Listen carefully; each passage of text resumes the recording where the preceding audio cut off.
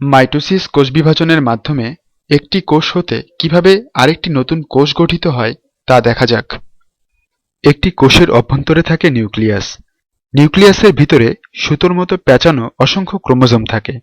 কোষ বিভক্ত হওয়ার আগে ক্রোমোজোমগুলো নিজেদের প্রতিলিপি তৈরি করে। এ সময় ক্রোমোজোমে কতগুলো বুদবুদ দেখা যায়। বুদবুদগুলো আকারে বড় হয়ে একটি আরেকটির সাথে লেগে যায়। ধীরে ধীরে প্রতিটি ক্রোমোজোম দুটি সুনির্দিষ্ট অংশে পরিণত হয়, যাদের বলে সিস্টার ক্রোমাটিড। প্রতিটি সিস্টার ক্রোমাটিড ডিএনএ এবং আমিষ জাতীয় পদার্থ দিয়ে গঠিত। ক্রোমাটিডগুলো ক্রমান্বয়ে সংকুচিত হয়। মাইটোসিসের এই প্রথম ধাপটিকে বলা হয় প্রোফেজ ধাপ। এ সময় নিউক্লিয়াসের বাইরে একটি সেন্ট্রোসোম নিজের প্রতিলিপি তৈরি করে দুটিতে পরিণত হয় এবং পরস্পর দূরে সরে যেতে থাকে। সেন্ট্রোসোম দুটি এক ধরনের প্রোটিন সমৃদ্ধ তন্তুর দ্বারা যুক্ত থাকে। এদেরকে বলা হয় স্পিন্ডল তন্তু। ওদিকে নিউক্লিয়াসের ভিতরে ক্রোমোজোম থেকে পানি হ্রাস পায়, ফলে ক্রোমোজোমগুলো ক্রমান্বয়ে সংকুচিত হয়ে খাটো ও মোটা হয়। এ অবস্থায় অণুবীক্ষণ যন্ত্রে তাদেরকে দেখা যায়। ক্রোমোজোমগুলো সংকুচিত হতে থাকা অবস্থায় একসময় নিউক্লিয়ার আবরণটি ভেঙে বিলুপ্ত হয়। শুরু হয় প্রো-মেটাফেজ ধাপ।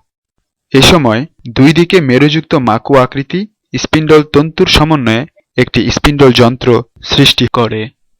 প্রতিটি ক্রোমোজোমের মাঝে সেন্ট্রোমিয়ার থাকে। এই সেন্ট্রোমিয়ার দুই মেরু থেকে আসা স্পিন্ডল তন্তুর সাথে যুক্ত।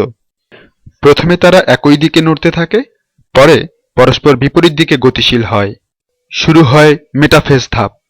ক্রোমোজোমগুলো দুই মেরুর ঠিক মধ্যখানে অবস্থান করে। এ পর্যায়ে ক্রোমোজোমগুলো সর্বাধিক মোটা ও খাটো হয়। শুরু হয় এনাফেজ ধাপ। সিস্টার ক্রোমাটিডগুলো একটি আরেকটি থেকে দূরে সরে গিয়ে দুই বিপরীত মেরুর দিকে অগ্রসর হয়। অগ্রসর হবার সময় সেন্ট্রোমিয়ার আগে চলে এবং বাহু দুটি অনুগামী হয়। ক্রোমাটিডগুলো বা এই অপত্য ক্রোমোজোমগুলো দুই মেরুর কাছাকাছি পৌঁছলে এনাফেজ ধাপের সমাপ্তি ঘটে। শুরু হয় টেলোফেজ ধাপ। অপত্য ক্রোমোজোমগুলো দুই বিপরীত মেরুতে অবস্থান নেয়। ক্রোমোজোমগুলো পুনরায় পানি শোষণ করে সরু ও লম্বা হয়। ক্রোমোজোমের চারদিক ঘিরে নিউক্লিয়ার মেমব্রেন সৃষ্টি হয়। ধীরে ধীরে স্পিন্ডল যন্ত্র অদৃশ্য হয়ে যায় এবং মাতৃকোষটি দুই ভাগে বিভক্ত হয়ে দুটি নতুন অপত্য কোষে পরিণত হয়। এভাবেই সম্পন্ন হয় মাইটোসিস, কোষ বিভাজন।